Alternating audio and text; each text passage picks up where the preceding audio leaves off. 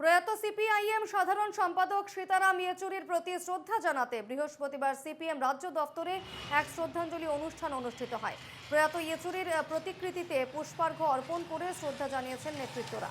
উপস্থিত ছিলেন প্রাক্তন মুখ্যমন্ত্রী মানিক সরকার, রাজ্য সম্পাদক জিতেন্দ্র চৌধুরী সহ দলের অন্যান্য নেতৃত্বরা। শুক্রবার রাজধানী আগরতলা সহ সমস্ত জেলায় শোক মিছিল করা হয়।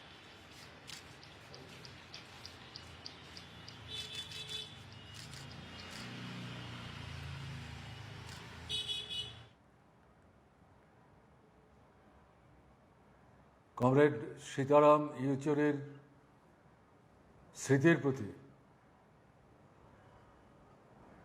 গভীর আন্তরিক শ্রদ্ধা নিবেদন করছে